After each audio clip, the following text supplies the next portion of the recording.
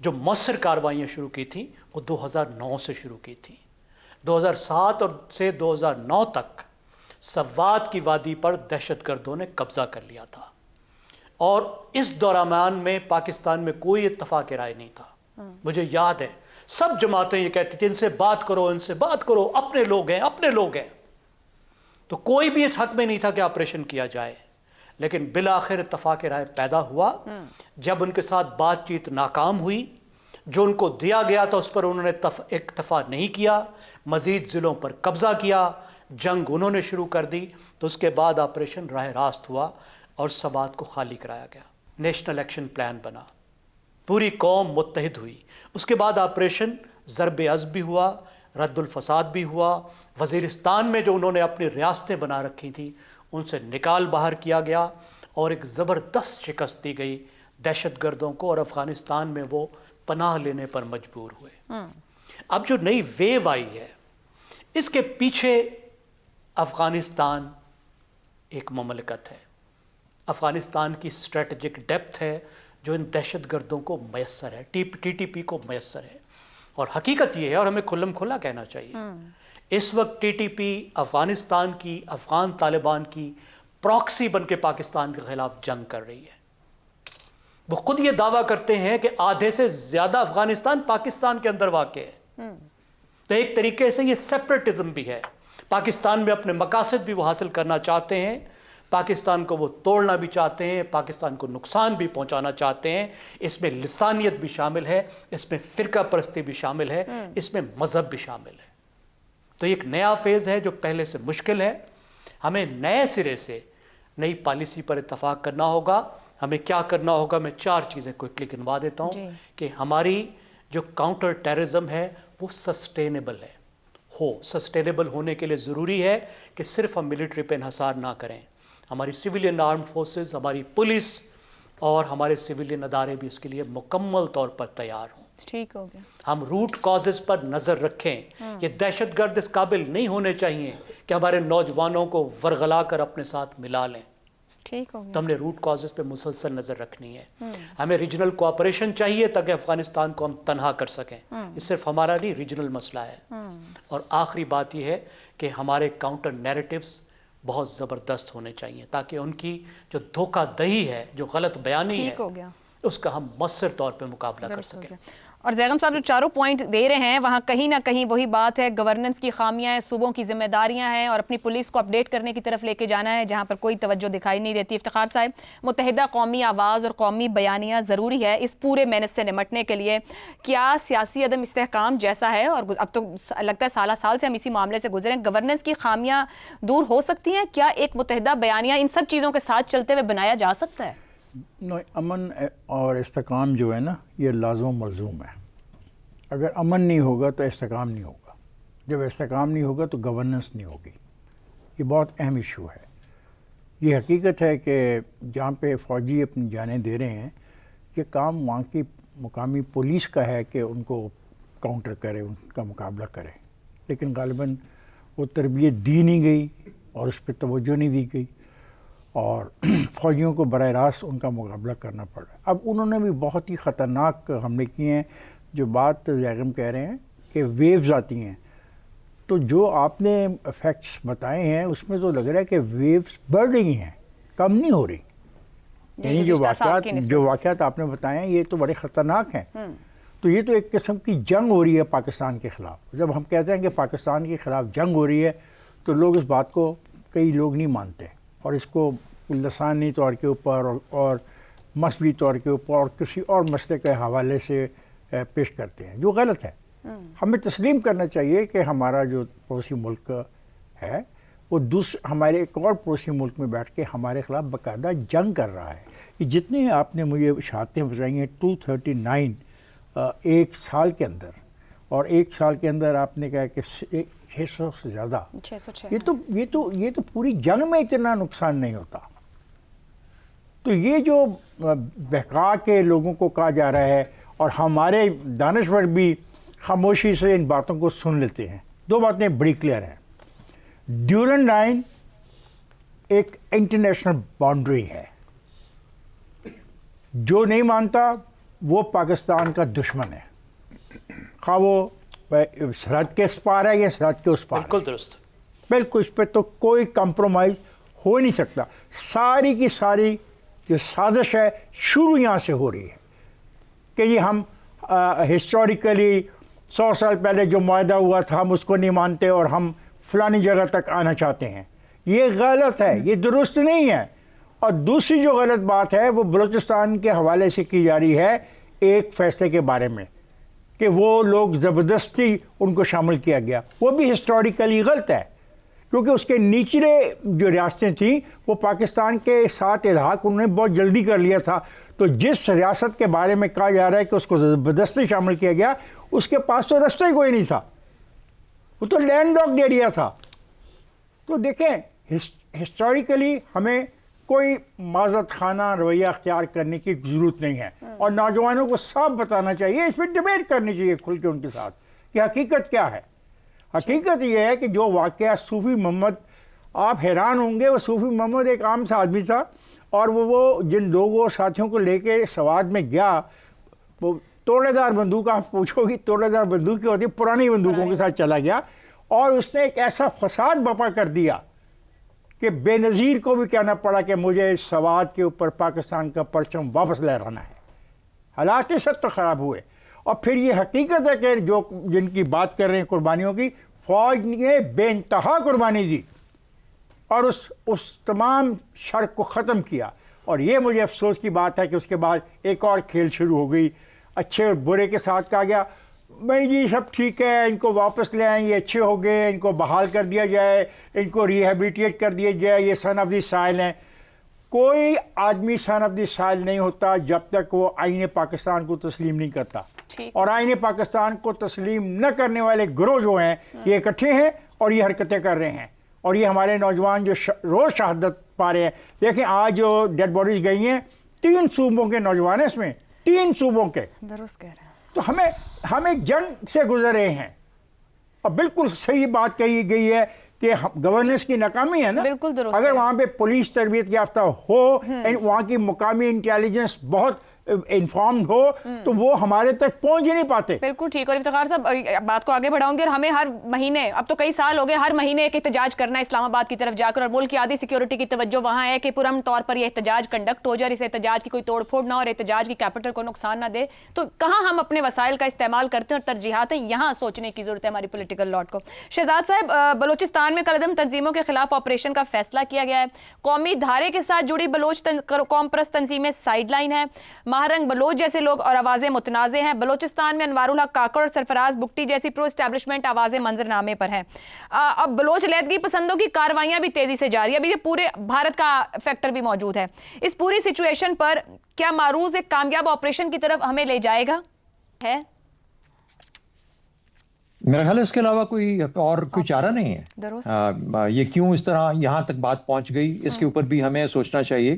لیکن بہر صورت جو اس وقت حالات ہیں وہ تو یہی بتا رہے ہیں کہ پاکستان اس وقت جنگ کی حالت میں ہے. آپ نے بیانیے کا ذکر کیا، میرا خیال ہے بیانیہ تو مستحکم ہے. بیانیہ یہ ہے کہ دہشت گرد گروپ جن کو کہ پاکستان نے آئینی طور پر دہشت گرد ڈکلیئر کیا ہے، جو کہ خوارج کے نام سے یا BLA BRA BARS کے نام سے، یہ سب کے سب اپنی جگہ پہ موجود ہیں اور یہ پاکستان پہ حملہ آور ہیں. ان کو ختم کرنا پاکستان کا اولین اس وقت ترجیح ہونی چاہیے، کیونکہ اس سے بغیر ہم امن نہیں لا سکتے. اور ہم نے بہت وقت ضائع کر دیا ہے ان معاملات کے اندر، جہاں پر کہ ہم اپنے تئیں اپنے اندر الجھے رہے ہیں.